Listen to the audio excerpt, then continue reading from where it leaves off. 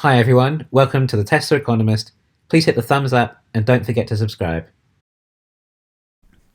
It would appear that the cliche of the competition are coming has finally come to fruition, and they've arrived.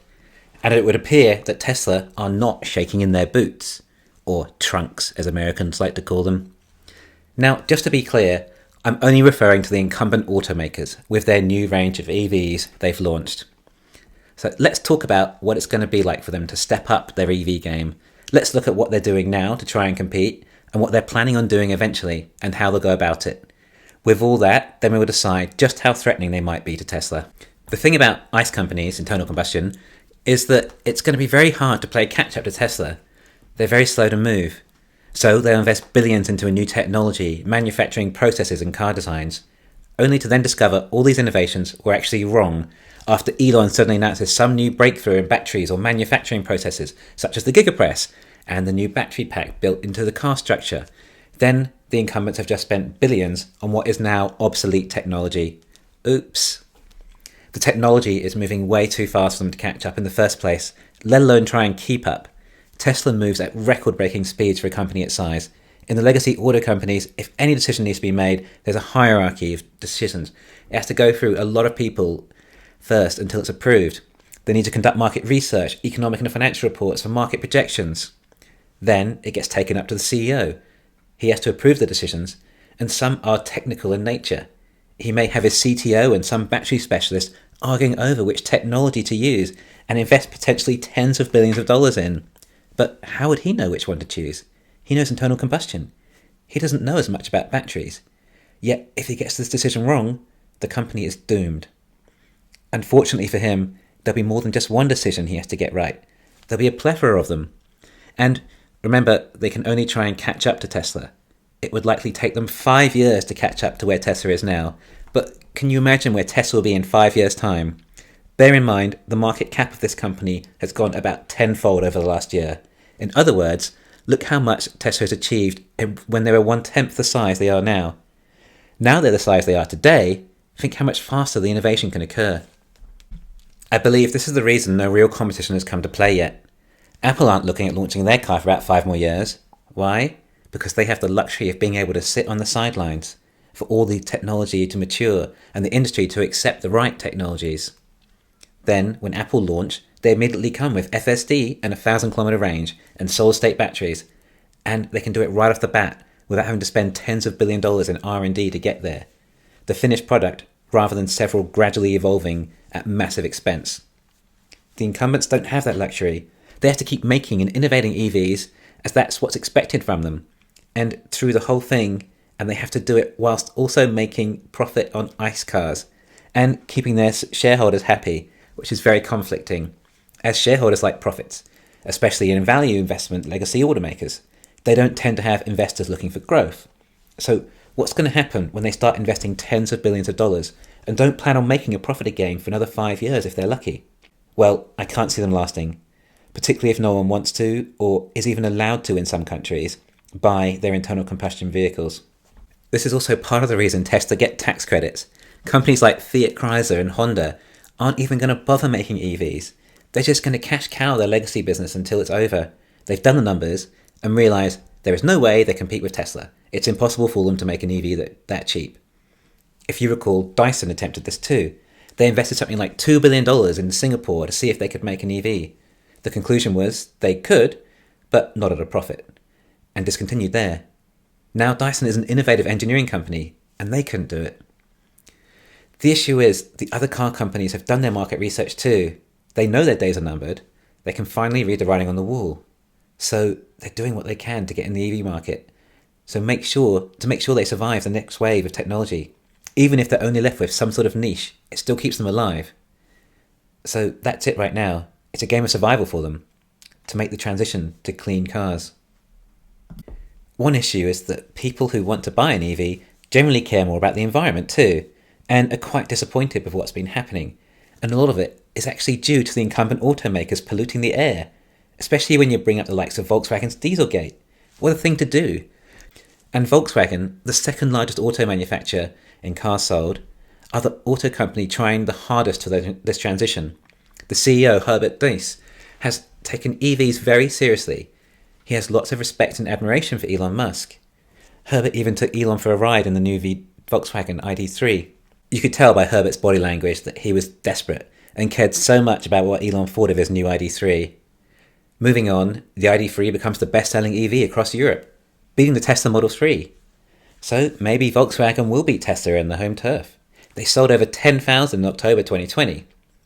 The ID3 is even priced slightly cheaper than the Model 3 in Europe. Of course, it's a compact hatchback, which makes sense for Europe, as that's the best-selling car body type. But the Model 3 is a family sedan, so in reality the ID3 is more a competitor for the future $25,000 Model 2. Oh, $25,000 or around 20,000 euros? The ID3 is over 35,000 euros in Germany and over 37,000 in places like France. They're nearly half the price of the Model 2. Of course, the Model 2 will have all the amazing Tesla features that come with it too. Full self-driving. Oh, and we don't even know if Volkswagen were able to do this at a profit. Their internal combustion cars make very little profit already. Why would they suddenly expect to have any noticeable profit when they need to be so competitive? On the other hand, their supply is so low that they can afford to charge a little higher. Supply and demand. If there's less supply, then price rises. But no, it's rumoured that they don't even make a profit. But perhaps with a few more technological advances, they can at least break even or squeeze a tiny profit, which they really need. But how will they scale up and mass produce? They don't make their own batteries. Well, they are doing a joint venture to build their own lithium-ion batteries, as they are smart enough to realise they really need to be in control of their own battery supply, especially when all the other EVs are after batteries at the same time. Oh, but damn, they need to advertise, and that's not cheap. Also, how do they advertise? They can't say it's the future of cars, or it would imply that their internal combustion cars are old and outdated, which they are. In fact, they probably can't use any such superlatives when describing the car, as it would reflect badly on their other cars, which they still need to support. But what if the internal combustion sales started falling because people wanted EVs a lot sooner and can't wait 5 years for them to get into gear? Oh, right, and who sells these cars? The dealers. And they need a cut too. The dealer network was introduced by Henry Ford to subsidise the cost of cars rather than selling to the public. This is one of the major things that Tesla managed to get around, not having to pay third-party commission on every single car sold. All other automakers still do. Cadillac was trying to get around this problem by offering to buy out their dealers. Yes, it looks like Cadillac is going to go all electric. The problem is the dealers don't want to sell them either. They make more money from spare parts and servicing. That's not really something you want to miss out on. Internal combustion cars are literally designed to start breaking down once the warranty has expired for this reason. Tesla doesn't need to do that. The car parts don't need to wear out early. In fact, it's in Tesla's best interest they last, as they need to be a part of the robotaxi network. Volkswagen have announced they're planning on spending $86 billion into investment on digital and electric vehicle technologies. That is an enormous number. It's actually close to their entire market valuation. Tesla is worth about 10 times as much. So does that mean Tesla should spend $860 billion? I don't think Tesla has even spent $10 billion on their battery technology, factories excluded. I'm not sure. If anyone knows, then please comment. Why don't Tesla throw tons of money at it then and get things moved faster? If the others are, it seems only sensible Tesla do now. They don't need to be as frugal anymore. Well, Elon has said he is moving as fast as he possibly can and is no way constrained by money. And this was a while back. In fact, they are employee constrained. They need more engineers. That's why they host Battery Day and Autonomous Day, to get engineers interested in working for Tesla. So it sounds like a fool's errand and such a waste of money and resources that Volkswagen have to spend almost $100 billion. I don't even know where they're supposed to get that kind of money either. So why say it? Well, it's not like they can say we have batteries with better range. No one will ever believe them. So they need to say something else substantial to keep the stock price up. Something that people will believe and realise that Volkswagen are on top of the issue. So they can throw big amounts of money at it. And then you don't need to worry about it anymore. Problem solved. Don't sell your shares. But it was effective. I know Tesla investors who were talking to me, freaking out about the competition coming. But it's just great marketing. And these companies are great at marketing. But Elon can't be bothered with all that. He's a believer of just focusing on the product, make it better and more affordable. And Tesla spends $0 on advertising as a result. Another really tough hurdle for the ICE automakers, as if it wasn't already hard enough. So GM have the same idea as Volkswagen. Make yourself look like you've identified the problem and have a clear path to the solution by throwing enormous amounts of money at it. GM announced $27 billion on all electric and autonomous. They even have a really cool brand for their batteries, which in marketing is much more important than something like watts per kilogram. The GM Ultium battery cells.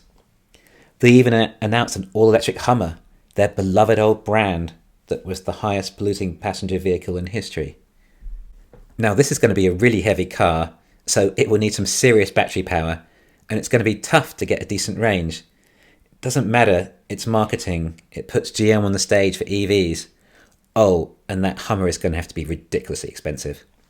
So anyway, that's great though that GM are trying, and they are planning on making this investment by 2025 for EVs. They aim to offer at least 20 new vehicles globally by 2023. So we have to congratulate them for that.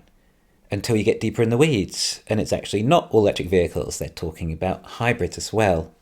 What? They're still trying to produce new hybrids. Okay, so GM didn't get the memo yet. Oops. Anyway, I'm not a fan of GM. They went bankrupt ages ago. In fact, all American auto companies have gone bankrupt except Ford and Tesla. I have a feeling that GM might go bankrupt again, and this time Ford might fail too. I don't think any of their current models make any profit except their trucks. But yes, Ford are giving it a go too. They've released their new Mustang E. I actually don't mind the looks of this car. It's probably the nicest car Ford have ever made, save perhaps the GT40. So what did Ford do? Marketing again, of course. They've marketed the coolest car they could. I mean, why wouldn't it be? It's the only two-door EV coupe, right? No, this Mustang is actually a crossover SUV. They were so desperate, they used their sports brand in an SUV. So their best brand with the best-selling type of vehicle model, an SUV. Again, we don't even know if any of these product offerings even make a profit. And of course, they have nothing in the way of FSD. We do, however, know that Tesla make 27.7% margin on their cars, with a path, I think, to reach 40%. Unbelievable for an auto company. Not so unbelievable for a tech company, though. Anyway, thanks for listening. Please hit the thumbs up and don't forget to subscribe.